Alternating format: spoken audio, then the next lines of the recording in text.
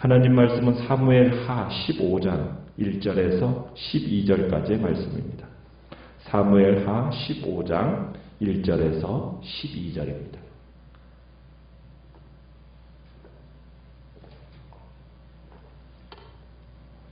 사무엘하 15장입니다. 1절 제가 먼저 읽습니다. 그 후에 압살롬이 자기를 위하여 병거와 말들을 준비하고 호위병 50명을 그 앞에 세우니라.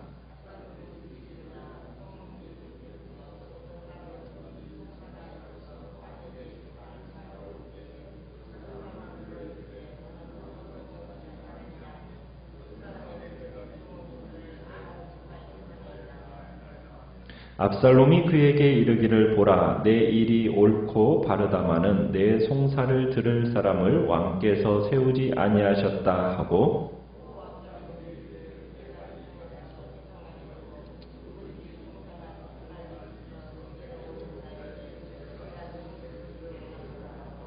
사람이 가까이 와서 그에게 절하려 하면 압살롬이 손을 펴서 그 사람을 붙들고 그에게 입을 맞추니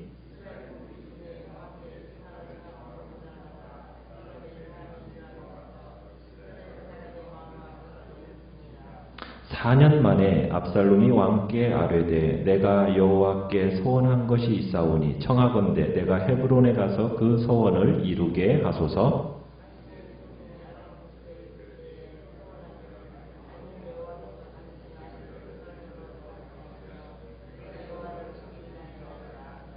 왕이 그에게 이르되 평안히 가라 하니 그가 일어나 헤브론으로 가니라.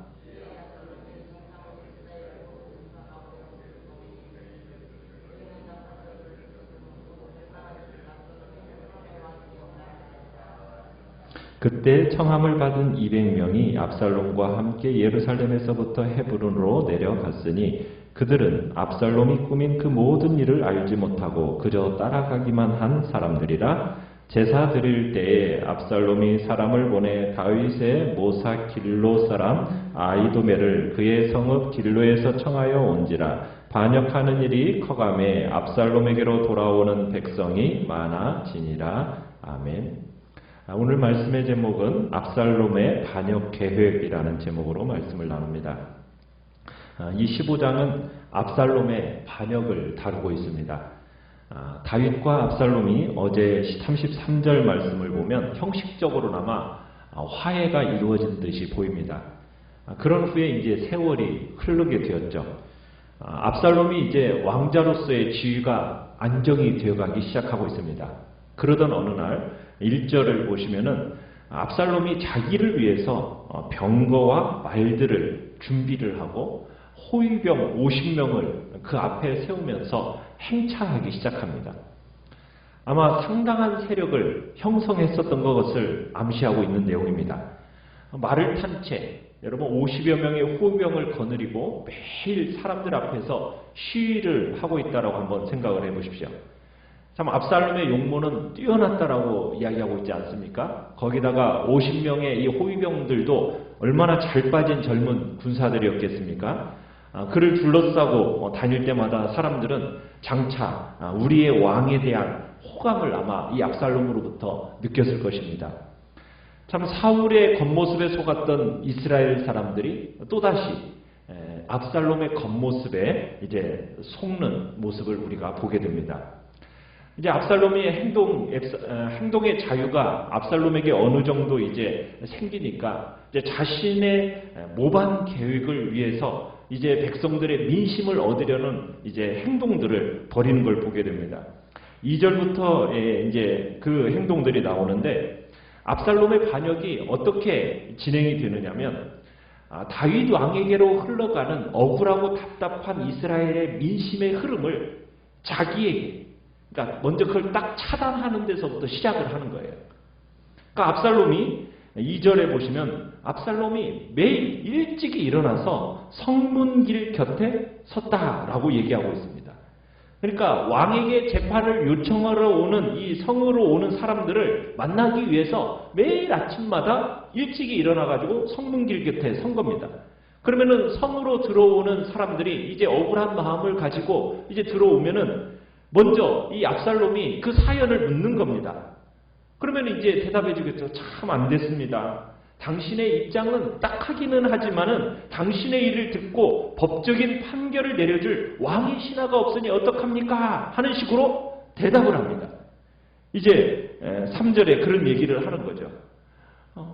다윗이 나이가 들어서 예전처럼 판결을 신속하게 해주지 못하는 것에 대한 불만을 자극하는 겁니다.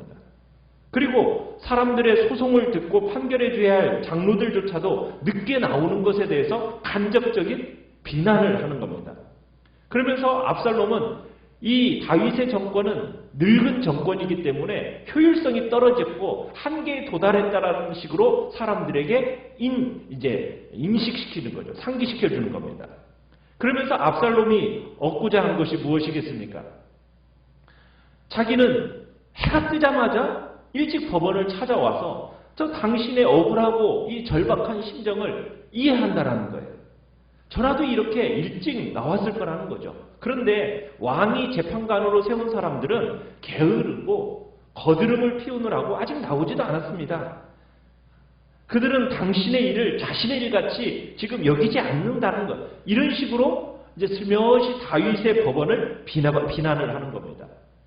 그러니까 다윗의 법원을 찾아오는 사람들의 심정을 잘 이해하지 못한다는 식으로 재판관들을 비난하고, 그러면서 이런 재판관들이 과연 제대로 판결을 할 수 있겠느냐, 이런 식으로 이제 문제를 제기하고 있는 거죠. 그러면서 이제 4절에 보면은 이렇게 얘기하는 거죠. 내가 이 땅에서 재판관이 된다면, 또 누구든지 송사나 재판할 일이 있어 내게 온다면 나는 언제든지 정의를 베풀 것이다. 신속하고 공정한 그런 재판을, 내가 판결을 누구에게나 해줄 수 있겠다. 해줄 거라고. 이런 장담 어린 말을 하는 겁니다. 어떻게 보면 요즘에 일종의 선거 유세라고도 할 수 있겠죠. 내가 통치하면 이런 것들이 달라질 것입니다. 많은 것이 달라질 것입니다. 라는 어떤 공약을 하는 것입니다. 그리고는 누구든지 자기에게 가까이 와서 5절에 보면 절을 하려고 하잖아요. 인사하려고 하면은 어떻게 합니까? 다가가서 먼저 입 맞추고 아주 다정하게 막 화답을 합니다. 아주 감성적인 접근을 통해서 백성들의 마음을 얻기 시작한 거예요. 그런데 어찌됐든 이 압살롬의 일은 이미지 메이킹이라고 할 수가 있는데, 이런 일은 전에 없었던 일입니다.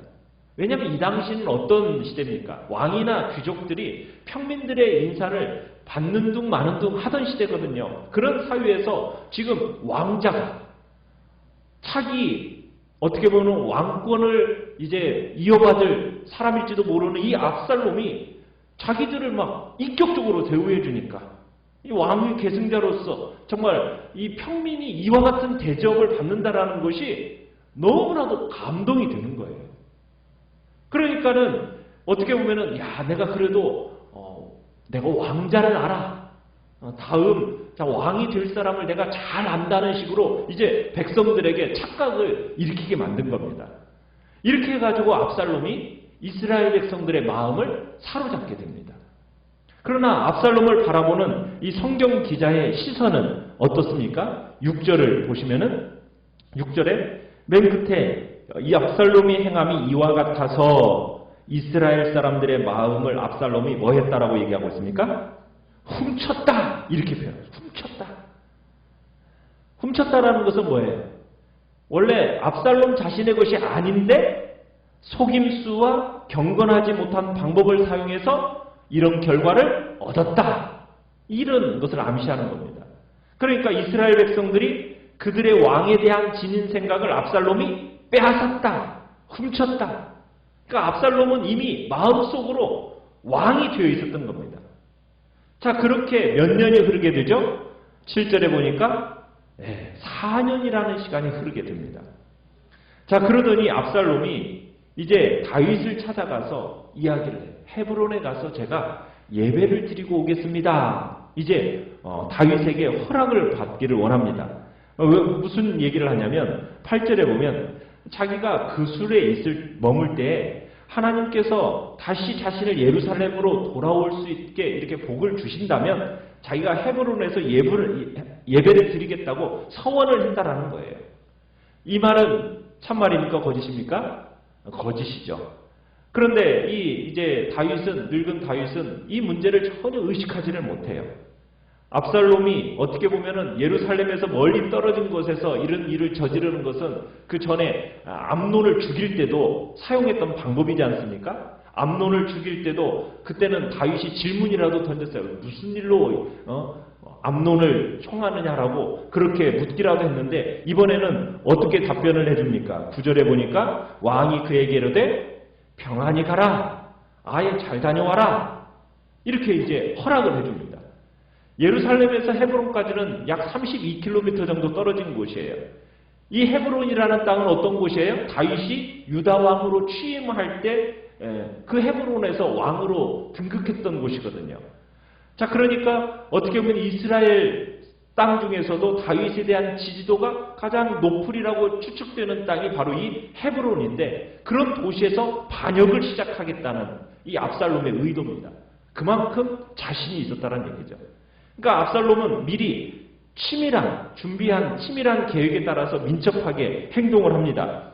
자, 먼저 10절에 보면은 압살롬이 정탐을, 그러니까 미리 사람들을 이스라엘 모든 지파 가운데 두루 보내었다. 그러니까 곳곳에 사람들을 심어 놓고서는 신호가 떨어지면 모두 나팔 소리와 함께 뭐 하라고 얘기하고 있습니까? 압살롬이 헤브론에서 왕이 되었다. 이렇게 선포하라는 겁니다. 자, 그러면서 이제 자기가 아버지에게서부터 헤브론에 가서 제사를 드릴 수 있도록 허락을 받아 놓았으니까 예루살렘에 11절에 보면 200명의 유지들, 그 사람들을 쉽게 헤브론으로 유인을 합니다.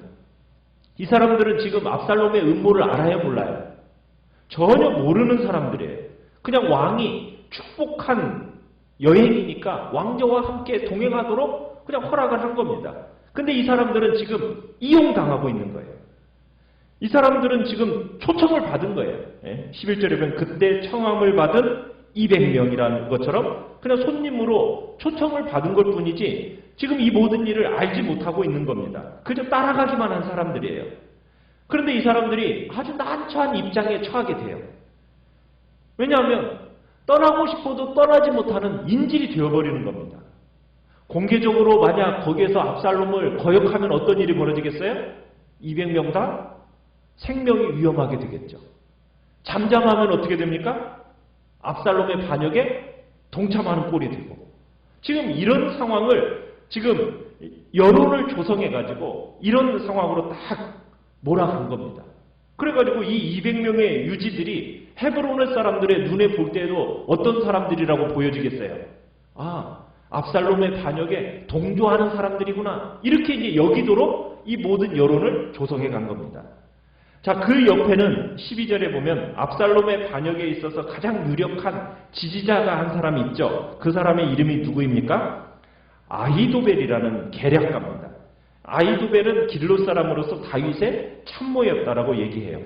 그러니까 다윗이 아히도벨에 참여했다라는 소식을 듣고 바짝 긴장해가지고 하나님께 기도하는 것을 보면은 이 아히도벨의 능력이 굉장히 출중했다라는 것을 보게 됩니다. 삼국지에 나오는 제갈공명 같은 사람이 바로 이 아히도벨이라고 할 수가 있는 겁니다. 그만큼 그의 계략을 패할 수가 없어요. 그만큼 패할 수 있는 유일한 방법은 뭐냐? 하나님의 개입밖에 없다라는 것이 지금 성경 기자의 관점입니다. 압살롬의 반역이 순식간에 세력을 확장해 나갔습니다. 그러나 성경 기자는 뭐라고 얘기를 합니까? 12절에 반역하는 일이 커가매 이 일을 뭐라고 규정하고 있어요? 반역이라고 규정하고 있어요. 반역. 그러니까 압살롬의 행위는 반역이다. 이렇게 다시 한번 이 압살롬의 행동에 대해서 부정적으로 평가를 하고 있는 겁니다. 자, 하나님이 주신 출중한 외모에 또 지략을 가진 압살롬이 왜 이런 행동을 하게 되었습니까? 이유가 어디에 있습니까? 왜 아버지에게 지금 이런 반역을 저지르는 것입니까? 아버지에 대한 어떻게 보면 실망과 상처로 일그러진 삶을 살고 있었기 때문에 7년 전에 어떤 일이 먼저 있었어요. 여동생 다말에 대한 강간 사건이 있었어요. 그때 아버지는 어떻게 했습니까? 아무도 책망하지 않았어요. 결국 아버지의 무능함 때문에 그 형을 어떻게 했어요? 압살롬이 살해했죠. 그 사건이 빚어져요. 그리고 나서 압살롬을 어떻게 했습니까? 3년 동안 망명생활을 했습니다. 자, 망명생활에서 다시 돌아왔어요. 예루살렘으로. 근데 예루살렘으로 돌아온 2년 동안은 다윗이 압살롬을 어떻게 했습니까? 만나주지를 않았어요. 그래 그 마음이 원망이 가득했겠죠. 그러다가 이제 아버지를 바라보니까 나이가 들면서 너무 무기력해지는 것 같아요. 판단력도 흐려지는 것 같아요. 도리어 자신같이 젊고 활기찬 그 활력 넘치는 새로운 왕이 필요하다는 생각도 아마 이 압살롬이 했던 것 같아요. 그러니까 이 지금 다윗의 마음에는 아버지에 대한 분노가 그로 말미암아 교묘히 숨겨진 왕위의 계승에 대한 야욕이 그 압살롬의 마음속에 품고 있었다는 얘기입니다. 그래서 이것이 반역의 계기가 되었던 거죠. 아버지에 대한 분노, 적개심, 이것을 하나님 앞에서 해결하지 않은 채 오랫동안 자신의 잘못된 야망을 굴절시키면서 가는 이 압살롬의 인생이 결국 어떻게 되어가는가? 참 불쌍한 인생이 되어져 간다는 것을 우리는 보게 됩니다. 결국 우리 인간의 마음속에 분노와 적개심이 하나님 앞에서 해결되어지지 않은 채 살아가면은 이 압살롬과 같은 열매가 드러난다라는 것을 우리는 이 압살롬을 통해서 극명하게 보게 되는 겁니다. 우리는 우리의 마음을 주님 앞에서 잘 해결해 나가야 됩니다. 하나님 앞에서 분노가 내 마음에 쌓이지 않도록, 적개심이 내 마음에 쌓이지 않도록, 그것이 하나님 앞에서 올바로 해결되지 않으면 우리의 영혼이 일그러뜨려지게 되고 그것이 결국 앞에 하나님 앞에서 참 참혹한 결과로 다가온다라는 것을 우리는 기억해야 된다는 얘기죠. 그렇다면 어떻게 우리의 마음 속에 있는 분노와 적개심과 미움들을 해결해야 할 것인가? 그건 다른 것이 없습니다. 나 자신이 하나님 앞에서 어떠한 위치에 서 있는지를 우리는 기억해내야 됩니다. 내가 하나님으로부터 얼마나 풍성한 은혜를 받고 있는 존재인지를 기억해내야 된다는 얘기입니다. 내가 하나님께로부터 용서함을 받았다는 것이 무엇인지를 진정으로 체험한 사람이라면 다른 사람들에 대해서도 반드시 긍휼의 마음을 갖게 될 거라는 얘기예요. 내가 하나님께로부터 긍휼하심에 빚진 사람이라는 사실을 그 마음 심령에 철저히 정말 마음속에 깊이 깨달아 알아가는 사람이라면 내가 하나님의 자녀라는 것이 이렇게 하나님의 자녀가 된 것이 오로지 하나님의 은혜로 말미암아 값없는 하나님의 은혜 때문이라는 것을 깊이 깨달는다면 우리가 우리의 마음속에 있는 분노와 미움과 적개심들이 해결이 된다는 겁니다. 하나님의 진정한 그 사랑과 은총을 깨달아 알아가는 사람은 교만이 있을 수가 없습니다. 복수의 마음이 있을 수가 없습니다. 나의 권리를 주장하는 것도 있을 수가 없다는 겁니다. 오히려 다른 사람들을 볼 때 그 마음속 깊은 곳에 정말 그들을 향한 긍휼의 마음과 자비의 마음과 용서의 마음, 용납의 마음을 가질 수 있게 된다는 거죠. 주님이 우리를 용서하셨듯이 정말 나 또한 용서와 용납과 넉넉한 품어줄 수 있는 그런 복된 마음들로 우리가 자라갈 수 있게 해달라고, 그런 복된 회복의 역사가 우리 안에 이루어가는 자가 되게 해달라고 이 시간 주님 앞에 기도하며 나가시길 바랍니다. 말씀이 바랍니다. 말씀이